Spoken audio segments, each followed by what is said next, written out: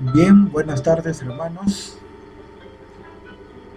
Seguimos con el tema de estudio y en esta oportunidad tenemos la cuarta parte titulada Su venida número uno o parte uno. Hemos analizado nuestro primer tema de estudio acerca de la oración de Cristo, cómo se desarrolló, cuál era el pedido del Señor Jesús antes de entregar su vida, cómo debemos tomar eh, parte al estudio de la palabra de Dios y cómo debemos ir creciendo cada día en nuestra vida espiritual buscando la santidad de Jehová. En el segundo tema estuvimos hablando sobre un versículo que resume todo el tiempo de historia de nuestro planeta Tierra a través eh, de la lectura de los profetas que hablaban que Dios destinaba el fin desde el principio. En la parte 3 estudiamos lo que refiere Génesis 1.1 al tiempo de 4.000 y 6.000 años desde la entrada del pecado. Ahora vamos a introducirnos al tema acerca de la segunda venida de Cristo en la primera parte. Antes de comenzar el estudio, como ya es de costumbre, vamos a inclinar el rostro para una oración. Amante Padre Celestial, que moras en las alturas de los cielos, Señor Dios, en esta tarde te pedimos que seas tú que envíes a tu Espíritu Santo para que nos pueda guiar a través de este estudio. El hombre no tiene nada bueno que ofrecer, Señor. La sabiduría de hombre, el conocimiento de hombre, no sirve de nada para poder encontrar la salvación. Todos los méritos, todo el plan de redención para el ser humano se radica en lo que Cristo hizo en esta tierra, a través de su ministerio y a través del cumplimiento profético en la fiesta de Pascua, cuando fue ofrecido como el Cordero que nos limpia del pecado, que está haciendo provisión para que nosotros en esta tierra podamos buscarte de todo corazón y transformar nuestro carácter al carácter de tu Hijo. Querido Padre, acompaña, Señor, en este estudio también a todos los hermanos que a través de la pantalla quieren y desean, Señor, investigar tu tema. Que seas tú el que nos ilumine y que nos imparta tu luz. Favores y súplicas que te lo pedimos todo en el nombre de Jesús. Amén. Bien, vamos a seguir con esta parte. Y la pregunta es, ¿cuánto tiempo durará el pecado en nuestro planeta? ¿Será que la maldad seguirá por la eternidad? ¿Será que Satanás seguirá haciendo sus planes por toda la eternidad? Estamos viviendo hoy actualmente en un mundo muy desordenado, donde vemos mucha violencia alrededor, causado por estos demonios que quieren destruir y asesinar al hombre para que no encuentre la salvación en Dios. ¿Pero será esto para siempre? ¿O Dios le ha puesto un límite, un tiempo en el cual durará el pecado en nuestro planeta? Veamos qué nos dice el libro Conflicto de los Siglos, página 460, en el capítulo 33, llamado Las acechanzas del enemigo. La gran controversia o el gran conflicto o la gran lucha entre Cristo y Satanás, sostenida desde hace cerca de 6.000 años, está por terminar. Y Satanás redobla sus esfuerzos para hacer fracasar la obra de Cristo en beneficio del hombre y para sujetar las almas en sus lazos. ¿Por cuánto tiempo es esta lucha entre Cristo y Satanás? Cerca de 6.000 años. Y el diablo quiere que la obra de Cristo que está haciendo hoy en el apartamento del santuario, en el lugar santísimo, lleve a que sea el fracaso en beneficio del hombre. Sigamos leyendo. Su objeto del diablo consiste en tener sumido al pueblo en las tinieblas y en la impenitencia hasta que termine la obra mediadora del Salvador y no haya más sacrificio por el pecado. Conflicto de los siglos, página 572. Alcanzará el estrépito hasta los fines de la tierra, porque Jehová tiene una contienda con las naciones.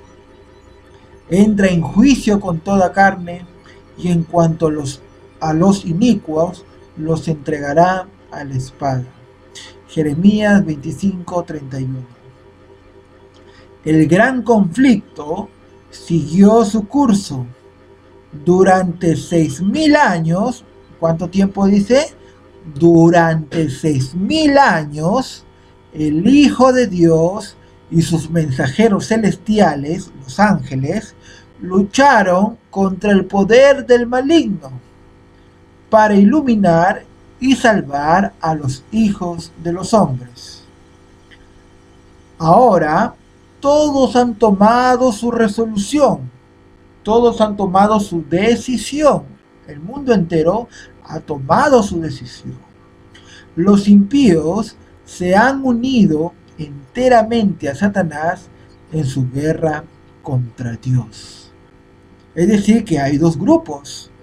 El grupo que está en la lucha contra Dios y el grupo que sigue al Cordero. Los impíos se han unido a Satanás en la guerra contra Dios, es decir, en la guerra contra el cuarto mandamiento de Dios. Esa será la lucha final, la piedra de toque, para poder saber a los que sirven a Jehová, el Dios verdadero, y los que van en busca de Baal, de Satanás. Sigamos leyendo. Ha llegado el momento en que Dios ha de vindicar la autoridad de su ley pisoteada. Ahora el conflicto no se desarrolla tan solo contra Satanás, sino también contra los hombres. Jehová tiene una contienda, una pelea, una lucha con las naciones. Y en cuanto a los inicuos, los entregará a la espada. ¿Jesús tendrá una espada? Como vemos en Jeremías 25:31, ¿verdad? Y en cuanto a los inicuos, los entregará a la espada. Pues ya iremos viendo si el Señor Jesús tiene una espada. Patriarcas y Profetas, página 355. El gran plan de la redención, ¿qué nos dice? El plan de la redención, ese plan donde organizó la divinidad para la salvación del hombre, dice la hermana White, dará por resultado el completo restablecimiento del favor de Dios para el mundo. Será restaurado todo lo que se perdió a causa del pecado. No solo el hombre, sino también, ¿qué cosa? Nuestro planeta Tierra será redimida para que sea la morada eterna de los obedientes. Durante 6.000 años, ¿cuánto tiempo? Durante 6.000 años, Satanás luchó por mantener la posesión de la tierra. ¿Por cuánto tiempo luchó Satanás para mantener la posesión de la tierra? Durante 6.000 años.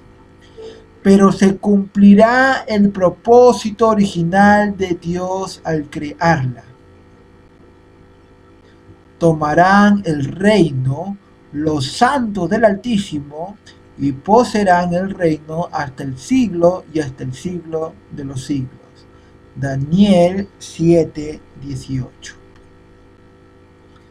Conflicto de los siglos, página 576. Durante 6.000 años, la obra de rebelión de Satanás hizo temblar la tierra. Él convirtió el mundo en un desierto y destruyó sus ciudades, y a sus prisioneros nunca los soltaba para que volviesen a casa. Durante 6.000 años, su prisión, la tumba, ha recibido al pueblo de Dios. La paga del pecado es la muerte. Por eso nos estaba hablando la tumba, su prisión, cuando entró el pecado, tentó a Adán y Eva e hizo caer, ha recibido el pueblo de Dios durante 6.000 años. Y lo habría tenido cautivo para siempre si Cristo no hubiese roto sus cadenas y libertado a los que tenían presos. Alabado sea nuestro Señor Jesús, que a través de su muerte y su resurrección nos da el poder para romper las cadenas del yugo de esclavitud del pecado y ser libertados. Conflicto de los siglos, página 587. La obra de destrucción de Satanás ha terminado para siempre. Acá la hermana White está viendo hacia el futuro lo que ya pasó.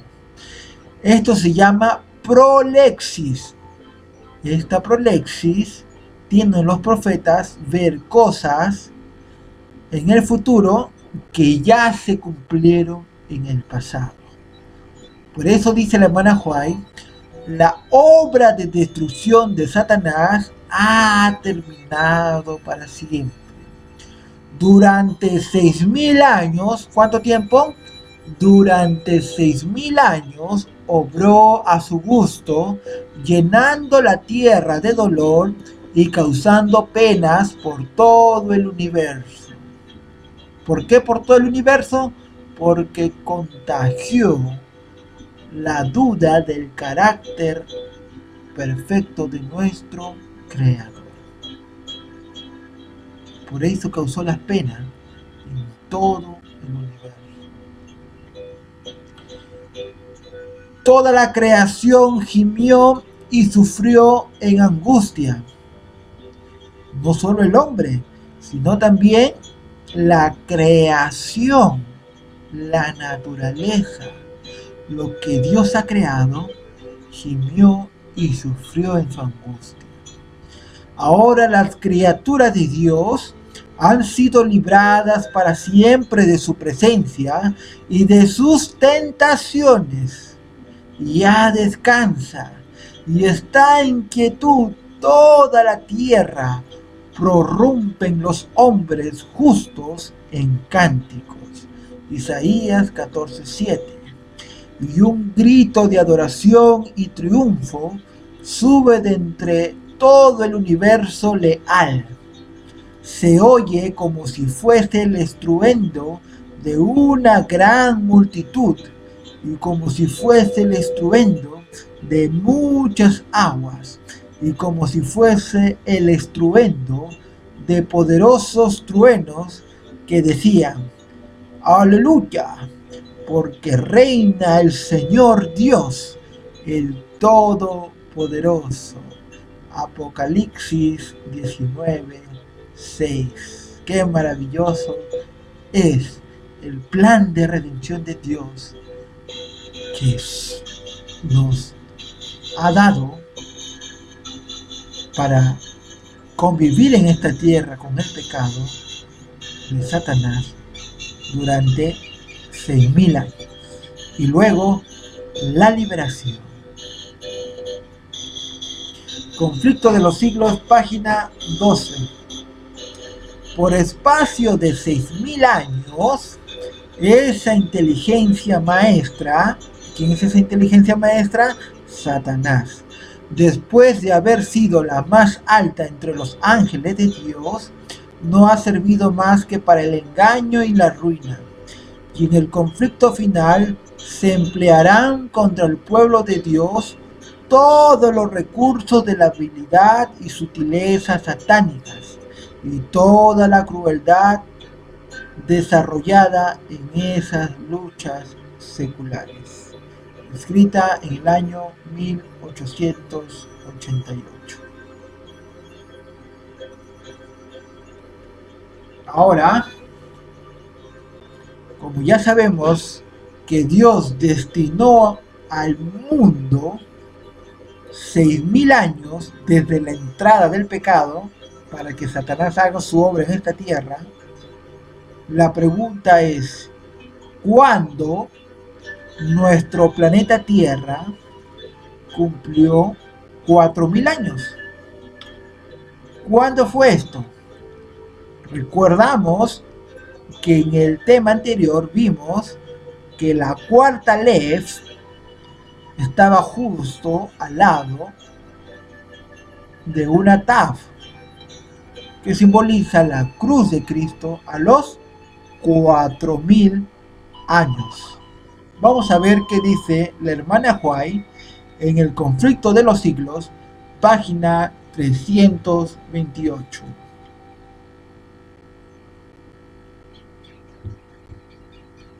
A la mitad de la semana hará cesar el sacrificio y la ofrenda. Está hablando acá de la profecía de los 2300 días, más exclusivamente sobre la profecía de las 70 semanas. A la mitad de la semana hará cesar el sacrificio y la ofrenda. En el año 31 después de Cristo, en nuestro calendario gregoriano, 3 años y medio después de su bautismo, nuestro Señor Jesús fue crucificado. Con el gran sacrificio ofrecido en el Calvario, terminó aquel sistema de ofrendas que durante ¿cuánto tiempo dice la hermana White? Durante 4.000 años había prefigurado al Cordero de Dios. El tipo se encontró con el antitipo y todos los sacrificios y oblaciones del sistema ceremonial debían cesar. Tanto la Biblia en el Génesis 1:1 como el espíritu de profecía nos están indicando que cuando Cristo murió en la cruz del Calvario se cumplieron 4.000 años desde la entrada del pecado. desde aquel sistema de ofrendas que se instauró cuando nuestros primeros padres pecaron. Cuando Adán tuvo que levantar el cuchillo para cortar la garganta de ese cordero, y en la cual Cristo tuvo que vestirlo con los pieles de cordero. En la cruz terminó aquel sistema de ofrendas que durante 4000 años había prefigurado a la muerte del verdadero Cordero que quita el pecado del mundo.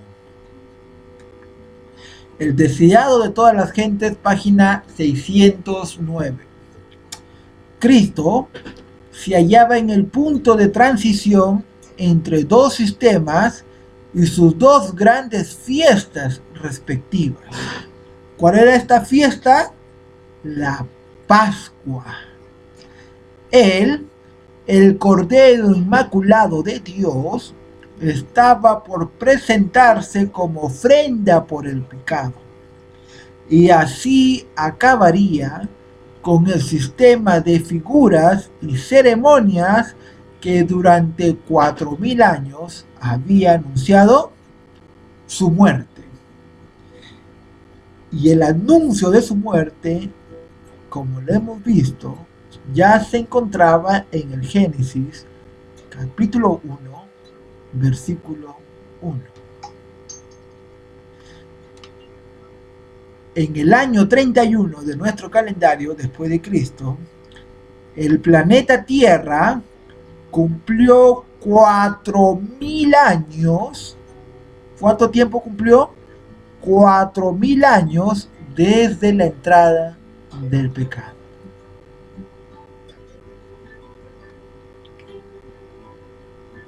Y vemos a través de la historia cómo siempre los corderos, desde Abel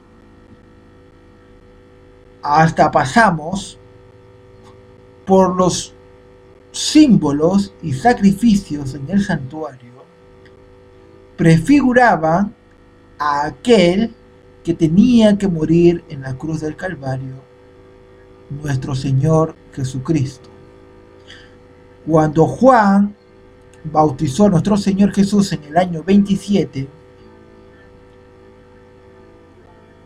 al día siguiente pronunció: "He aquí el Cordero de Dios que quita el pecado del mundo". Él era la ofrenda. Al igual que Abraham, cuando iba a sacrificar a su hijo, era una representación simbólica que a los 4000 años el Padre iba a enviar a su Hijo Jesús para hacer el sacrificio para el perdón de los pecados de todos los seres en este planeta Tierra. Gráficamente podemos verlo. La entrada del pecado sucede en 4000 años, muere Cristo en el año 31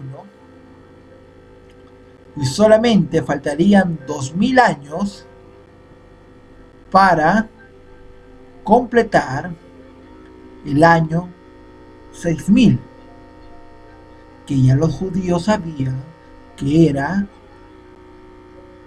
la aparición del Mesías prometido. La segunda venida de Cristo se llevará al término del año 6000. Si Cristo muere en el año 31 de nuestro calendario gregoriano, solamente sumaríamos 2000 años y nos daría, como hemos visto, el verbo et. ¿Recuerdan et en Génesis 1:1? Un año para la liberación, un tiempo fijo, una moed. ¿Cuándo será el año del regreso de Cristo? Pues es fácil sumar: 31 más 2000 años más, nos da el año del regreso de Jesús. Podemos encontrar lo mismo en la Biblia acerca de los tiempos. ¿Será que podemos encontrar a través de las parábolas del Señor Jesús que Él tendría que morir a los 4000 años de historia de pecado en la tierra? Veamos lo que bíblicamente, mediante la parábola, muestra que Cristo murió al terminar el cuarto milenio o 4000 años de historia.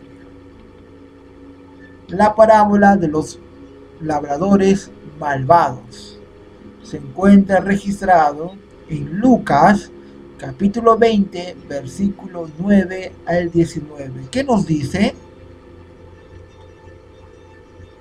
¿Se acuerdan que estuvimos viendo en el tema anterior que un hombre arrendó la viña? Versículo 10. Y a su tiempo envió a un siervo a los labradores para que le diesen del fruto de la viña, pero los labradores le golpearon y le enviaron con las manos vacías. Primer siervo. Versículo 11. Volvió a enviar a otro siervo, este dueño de la viña, mas a ellos, a este también golpeando y afrentando, le enviaron con las manos vacías. Segundo siervo. Versículo 12. Volvió a enviar a un tercer siervo, mas ellos también a este echaron fuera herido. Tercer siervo. Versículo 13. Entonces el señor de la viña dijo: ¿qué haré? Enviaré a mi hijo amado. Quizá cuando lo vean a él le tendrán respeto. Cuando Cristo se bautizó en el río Jordán, la voz del Padre se escuchó diciendo: este es mi hijo amado. Por lo tanto, a la cuarta vez que manda, el dueño de la viña manda al hijo amado. ¿Y qué pasa? Versículo 15. Y le echaron fuera de la viña. ¿Y qué hicieron los labradores? Le mataron a la cuarta vez. Primer milenio, segundo milenio, tercer milenio y el cuarto milenio, o la cuarta lef, tendría que morir en una cruz el hijo amado. Y el pueblo judío, por medio del gobierno romano, crucificó a nuestro Señor Jesús fuera de Jerusalén, fuera de la viña, y le mataron. Por tanto, tenemos base bíblica tanto del espíritu de profecía y de las sagradas escrituras. Ahora, ¿qué nos dice palabras de vida del gran maestro en cuanto a esta parábola? Como un último recurso, Dios envió a su Hijo diciendo: tendrán respeto a mi Hijo. Nos está haciendo la comparación de que de que Dios Padre mandó a su Hijo Jesucristo a la viña. Pero su resistencia los había vuelto vengativos y dijeron entre sí: este es el heredero, venid, matémosle y tomemos su heredad. Entonces se nos dejará gozar de la viña y hacer lo que nos plazca con el fruto. Los gobernantes judíos no amaban a Dios, por lo que se apartaron de él y rechazaron todos sus ofrecimientos de hacer un justo arreglo. Cristo, el amado de Dios, vino para presentar las demandas del dueño de la viña. Pero los labradores lo trataron con marcado desprecio, diciendo: este hombre no nos gobernará.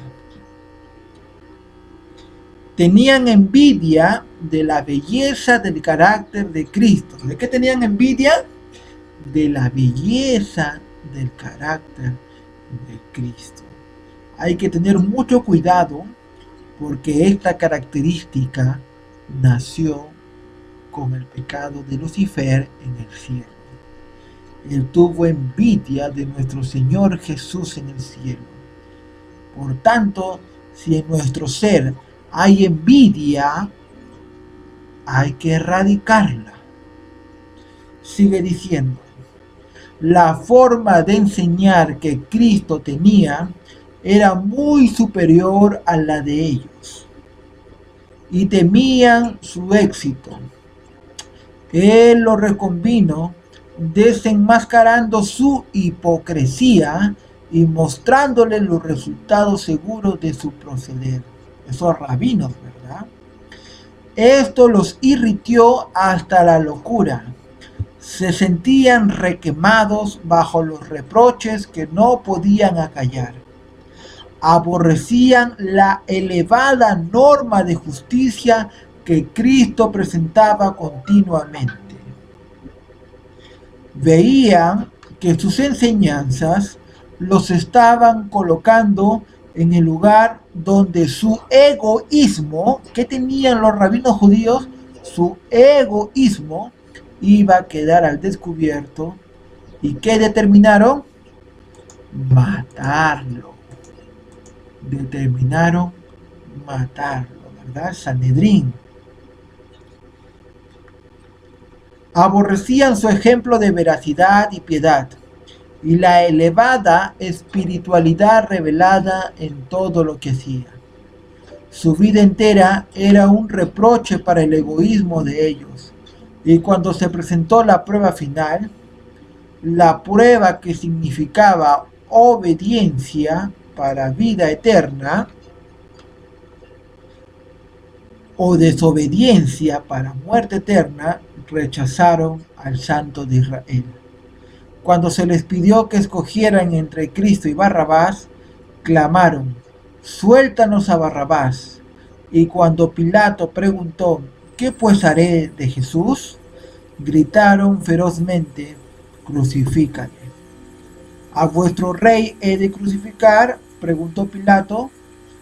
Y de los sacerdotes y magistrados se elevó la respuesta: no tenemos rey sino a César.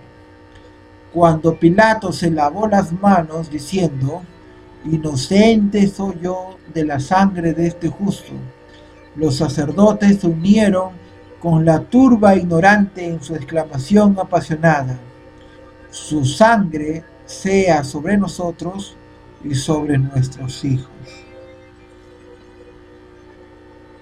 Ellos mismos se autocondenaron. Así hicieron su elección los dirigentes judíos. Su decisión fue registrada en el libro de Juan, en el libro que Juan vio en la mano de aquel que se sienta en el trono, el libro que ningún hombre podría abrir. Con todo su carácter vindicativo, aparecerá esta decisión delante de ellos, el día en que este libro sea abierto por el león de la tribu de Judá. Los judíos abrigaban la idea de que eran los favoritos del cielo y que siempre habían de ser exaltados como iglesia de Dios. Sorprendente, sorprendente. ¿Tendrá un paralelo hoy con nuestra iglesia? Eran los hijos de Abraham. Declaraban y tan firme les parecía el fundamento de su prosperidad que desafiaban al cielo y a la tierra a que los desposeyeran de sus derechos. Sin embargo, mediante sus vidas de infidelidad, se estaban preparando para la condenación del cielo y su separación de Dios. Vaya tema que pasaron los grandes magistrados y rabinos judíos. La parábola de la viña se aplica no solo a la nación judía, tiene una lección para ¿quiénes? Para nosotros. La iglesia en esta generación ha sido dotada por Dios de grandes privilegios y bendiciones, y Él espera los resultados correspondientes. Hemos sido redimidos mediante un rescate costoso. Solo por la grandeza de este rescate podemos concebir sus resultados. En esta tierra, la tierra cuyo suelo ha sido humedecida por las lágrimas y la sangre del Hijo de Dios, se ha de producir preciosos frutos del paraíso. En la vida de los hijos de Dios, las verdades de su palabra han de revelar su gloria y excelencia. Mediante su pueblo, Cristo ha de manifestar su carácter. ¿Qué dice la hermana Juárez? Que el pueblo de Dios tiene que manifestar su carácter y los principios de su reino. ¿Y cuáles son estos principios? Los sagrados mandamientos de Dios. Satanás trata de obstruir la obra de Dios e insta constantemente a los hombres a aceptar sus principios. Presenta al pueblo escogido de Dios como agente engañada. Es un acusador de los hermanos, y su poder de acusar lo emplea contra los que obran justicia. El Señor desea, mediante su pueblo, contestar las acusaciones de Satanás, mostrando los resultados de la obediencia a los principios rectos. La obediencia a los mandamientos de Dios. Esos principios se han de manifestar en el cristiano individualmente, en la familia, en la iglesia y en cada institución establecida para el servicio de Dios. Todos estos han de ser símbolos de lo que se puede hacer para el mundo. Han de ser representaciones del poder salvador de las verdades del Evangelio. Todos son agentes en el cumplimiento del gran propósito de Dios para la especie humana. Nuestro testimonio de amar a nuestro Señor Jesús y amar a nuestro prójimo. La iglesia es muy preciosa a la vista de Dios. Él la aquilata no por ventajas externas. Él no lo apesa ni la mide por sus ventajas externas, sino por la sincera piedad que la distingue del mundo. La estima de acuerdo con el crecimiento de los miembros ¿en qué? En el conocimiento de Cristo. Amén y alabado sea el nombre de nuestro Señor Jesús. Él quiere que sus hijos en las iglesias, los miembros en las iglesias, crezcan en el conocimiento de Cristo de acuerdo con su progreso en la vida espiritual. Mientras más conocemos de la palabra de Dios, más pronto debe ser nuestro progreso en la vida espiritual. Mientras más conocemos, más humildes debemos ser. Cristo anhela recibir de su viña el fruto ¿de qué? De santidad y abnegación. Busca los principios de amor y bondad. Toda la belleza del arte no puede compararse con la belleza del temperamento y del carácter que se han de revelar en los que son los representantes de Cristo. La atmósfera de la gracia que rodea el alma del creyente, el Espíritu Santo que trabaja en la mente y el corazón, son los que hacen de él un sabor de vida para vida y permiten que Dios bendiga su obra. Una congregación puede ser la más pobre de la tierra, puede carecer del atractivo de la apariencia exterior, pero si los miembros poseen los principios del carácter de Cristo, tendrán el gozo de Él en sus almas. Los ángeles se unirán con ellos en su culto. La alabanza y acción de gracia de los corazones agradecidos ascenderán al Salvador como una dulce ofrenda. Dios no mira lo externo, sino mira lo profundo del corazón. Interesante. El Señor desea que apreciemos el gran plan de la redención, que comprendamos nuestro elevado privilegio como hijos de Dios y que caminemos delante de Él en obediencia y agradecimiento. Desea que le sirvamos en novedad de vida, con alegría cada día. Anhela que la gratitud brote de nuestro corazón, porque nuestro nombre está escrito en el libro de la vida del Cordero, porque podemos poner todos nuestros cuidados sobre aquel que cuida de nosotros.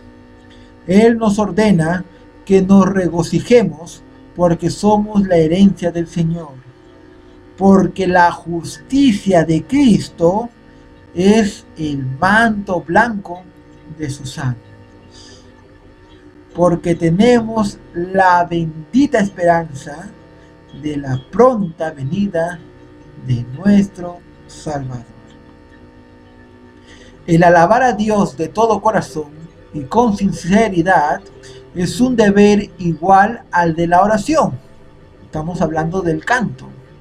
Hemos de mostrar al mundo y a los seres celestiales que apreciamos el maravilloso amor de Dios hacia la humanidad caída y que esperamos bendiciones cada vez mayores de su infinita plenitud.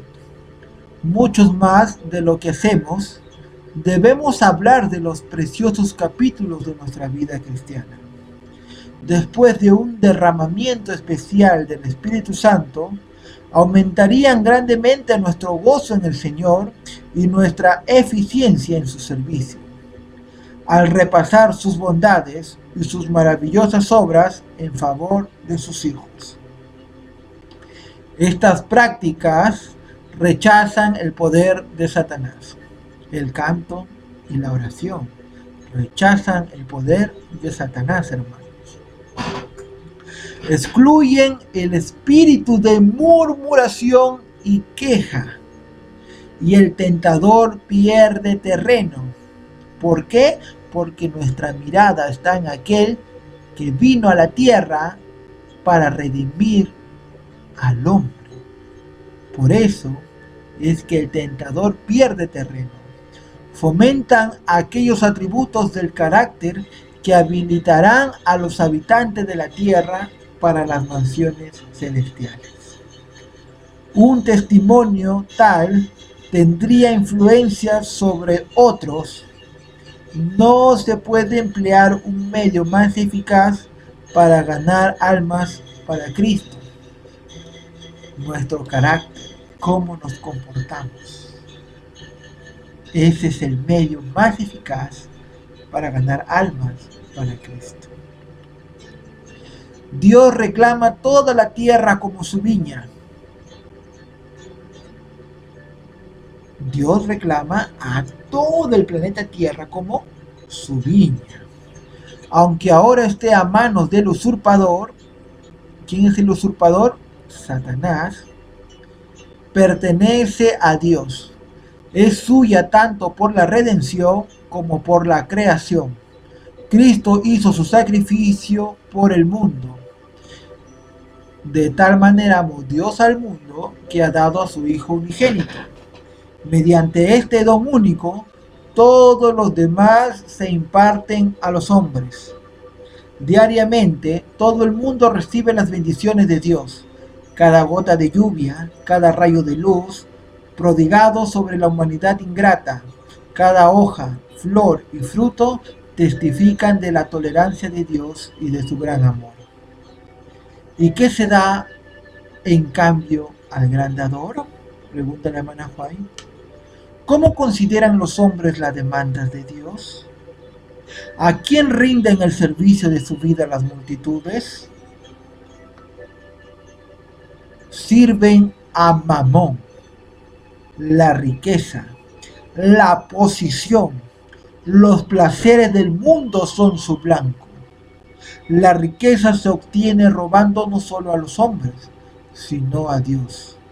Los hombres usan los dones divinos para complacer su egoísmo. Todo lo que puedan tomar lo usan para satisfacer su amor egoísta de placer. El pecado del mundo de hoy día es el mismo que acarrió la destrucción de Israel. La ingratitud a Dios, el descuido de las oportunidades y bendiciones, el aprovechamiento egoísta de los dones de Dios. Todo esto estaba comprendido en el pecado que hizo caer la ira sobre Israel. Estos males están trayendo la ruina al mundo actual. Las lágrimas que Cristo derramó sobre el monte de las olivas al contemplar la ciudad escogida, no lo derramó solamente por Jerusalén. En la suerte de esta ciudad, Él contempló, ¿qué cosa? La destrucción de nuestro mundo. Si también tú conocieses a lo menos en este tu día lo que toca a tu paz, mas ahora encubierto a tus ojos. En este tu día, el día está llegando a su fin, hermanos. El tiempo de 6.000 años está llegando a su fin. Casi ha terminado el tiempo de misericordia y privilegios. Se están reuniendo las nubes de venganza. Los que han rechazado la gracia de Dios están por ser envueltos en una ruina súbita e irreparable. Sin embargo, el mundo duerme. Sus habitantes no conocen el tiempo de su visitación. ¿Será que la iglesia, será que los miembros de la iglesia también estemos dormidos? Y no conoceremos el tiempo de la visitación de Jesús. Una gran enseñanza. ¿Dónde se ha de encontrar la iglesia en esta crisis? ¿Están cumpliendo sus miembros con las demandas de Dios? ¿Están cumpliendo la comisión divina y presentando el carácter de Dios al mundo? ¿Están llamando con insistencia la atención de sus prójimos al último misericordioso mensaje de amonestación?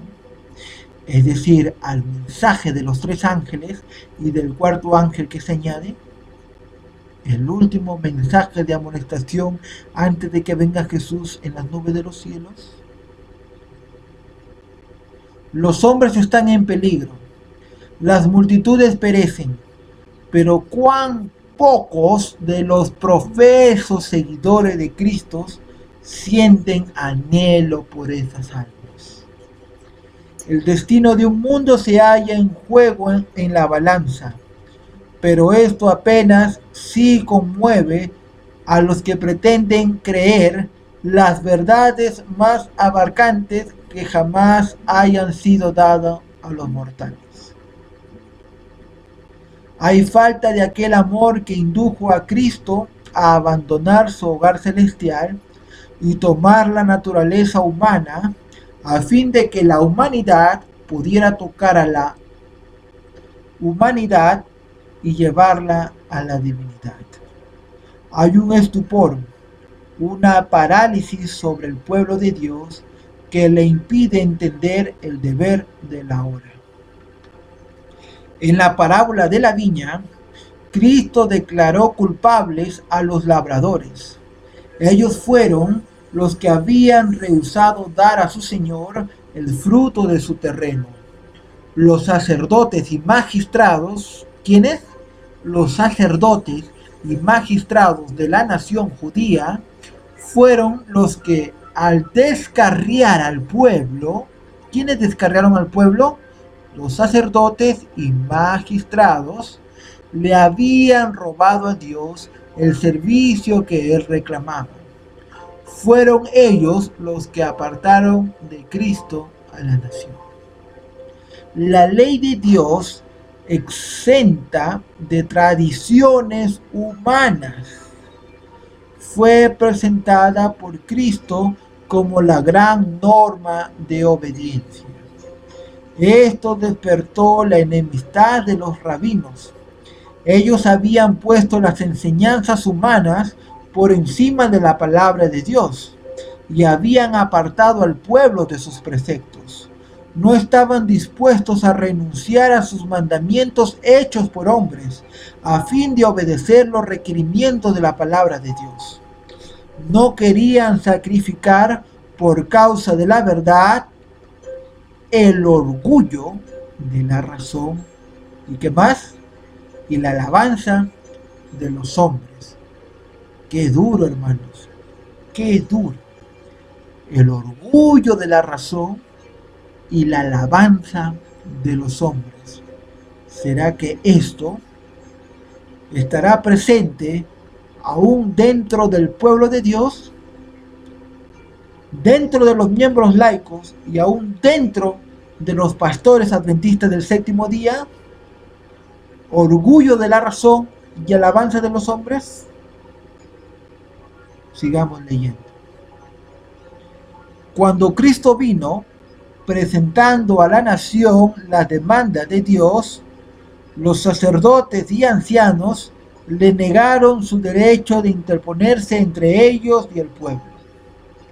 No estaban dispuestos a aceptar sus reproches y amonestaciones y se propusieron malquistar a la gente con Jesús y así destruirlo. Ellos fueron responsables del rechazamiento de Cristo con los resultados que le siguieron. El pecado de una nación y su ruina se debieron ¿a quiénes? A los dirigentes religiosos. ¿No obran acaso las mismas influencias en nuestros días? ¿Quién escribe esto? La profeta del Señor. ¿No están muchos siguiendo los pasos de los dirigentes judíos a semejanza de los labradores de la viña del Señor? ¿Acaso los dirigentes religiosos no están apartando a los hombres de los claros requisitos de la palabra de Dios? ¿No están educándolos en la transgresión en vez de la obediencia de la ley de Dios?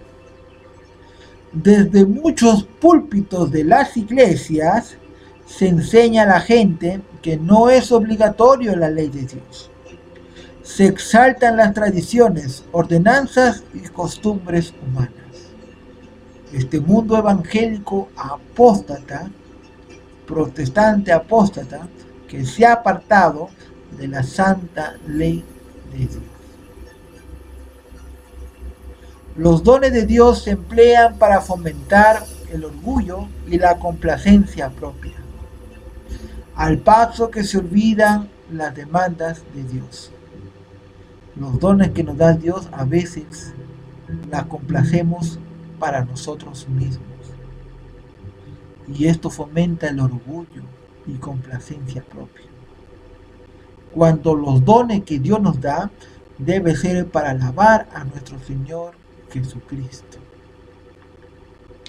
Al poner a un lado la ley de Dios, los hombres no saben lo que están haciendo. La ley de Dios es la transcripción de su carácter. Interesante. La ley de Dios es el carácter mismo de Dios. Abarca los principios de su reino. El que rehúsa aceptar esos principios se está colocando fuera del canal por donde fluyen las bendiciones de Dios. Las gloriosas posibilidades presentadas ante Israel se podían realizar únicamente mediante la obediencia a los mandamientos de Dios.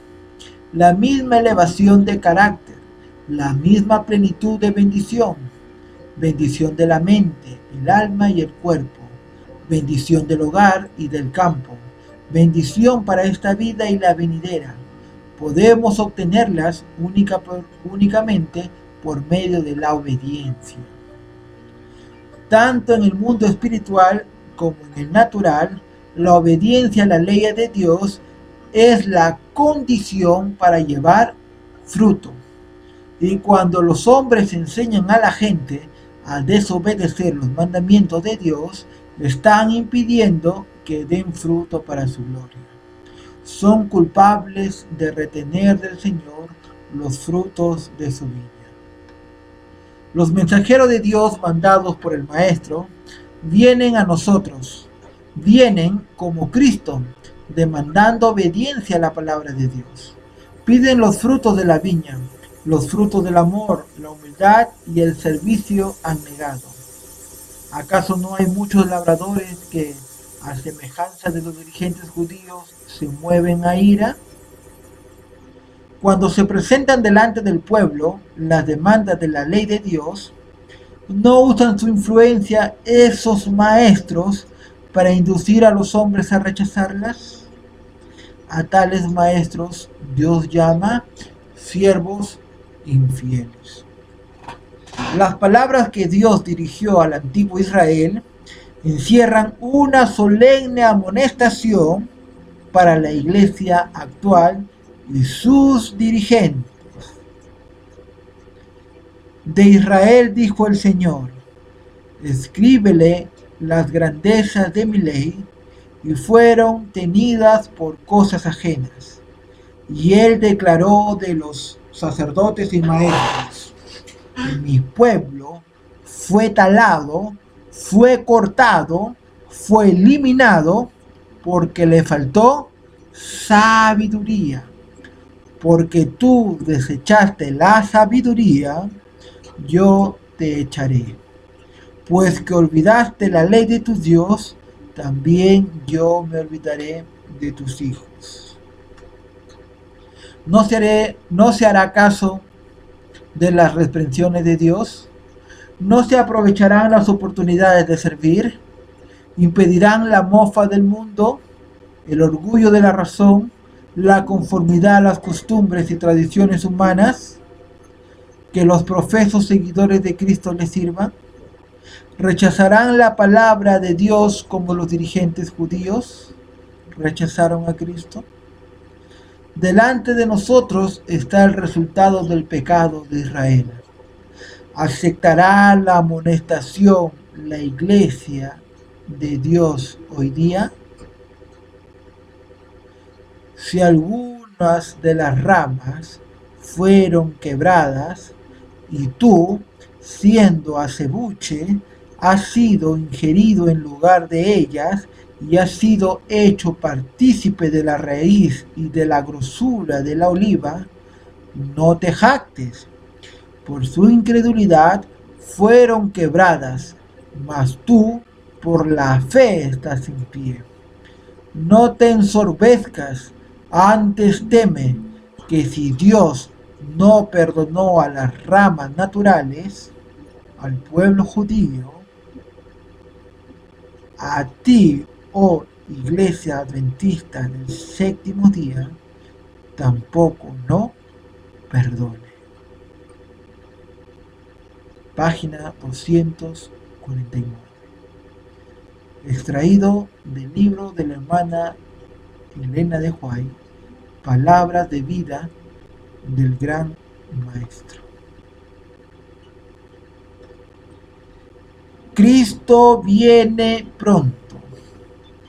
Preparémonos todos, hermanos, a verlo, a ver su rostro. Que ese sea el deseo de cada uno de nuestros corazones.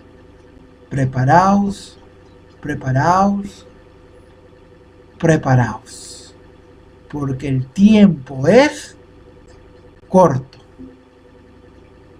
Para terminar, inclinemos el rostro para hacer la oración final.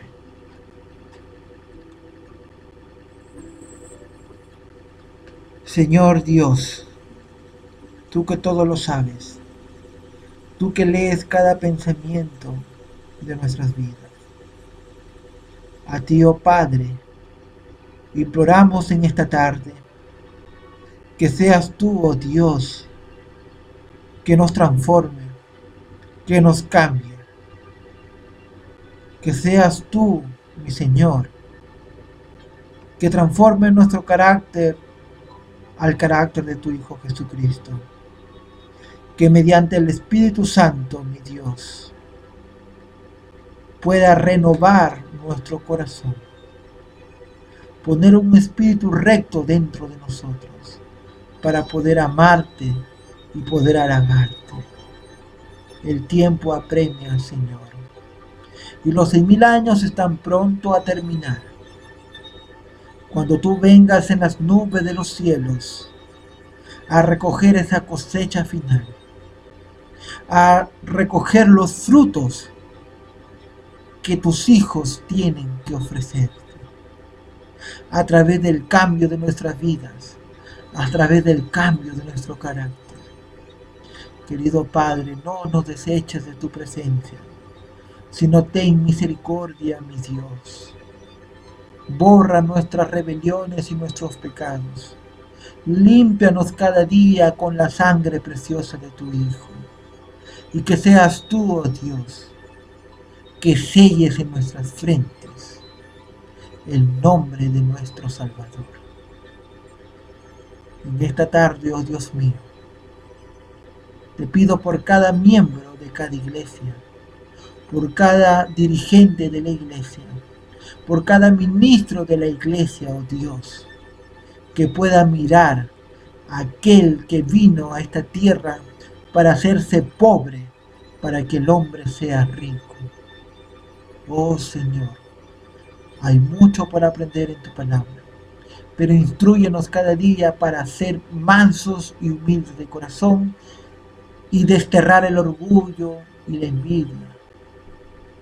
Querido Dios, que tu bendición nos acompañe a cada lugar donde vayamos, para demostrar a todas las demás personas que aún no te conocen que hay un Dios, un Salvador, que está presto a escuchar las oraciones de sus hijos y que está pronto, muy pronto, a venir a la tierra. Todas estas súplicas y oraciones te lo pedimos en el dulce y precioso nombre que es sobre todo nombre para la salvación y redención de todo ser humano. En el nombre de Jesús oramos. Amén.